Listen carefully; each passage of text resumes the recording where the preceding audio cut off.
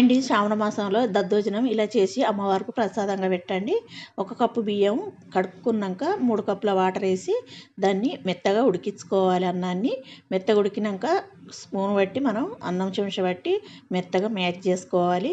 చేసుకున్నాక అందులో 1 spoon salt వేసుకొని 2 కప్పుల పెరుగు తీసుకోవాలి. మనం ఏ కప్పుతోటి బియ్యం తీసుకున్నామో అదే కప్పుతోటి 2 కప్పుల పెరుగు, ఒక 2 స్పూన్ల దాకా వాటర్ వేసి దాన్ని అంతా కలుపుకోవాలి. కలుపుకొని దాన్ని ఇప్పుడు పక్కకు పెట్టుకొని ఇప్పుడు స్టవ్ అంటు పెట్టి ఒక ప్యాన్ పెట్టుకొని అందులో 2 స్పూన్ల ఆయిల్ వేసుకొని ఆవాలు, జీలకర్ర, మన శనగపప్పు, పల్లీలు, జీడిపప్పు, ఎండుమిర్చి, కరివేపాకు అన్నీ వేసుకొని, మిరియాలు అన్నీ వేసుకొని వేపుకొని మనం దాంట్లో అన్నంలో కలుపుకోవాలి.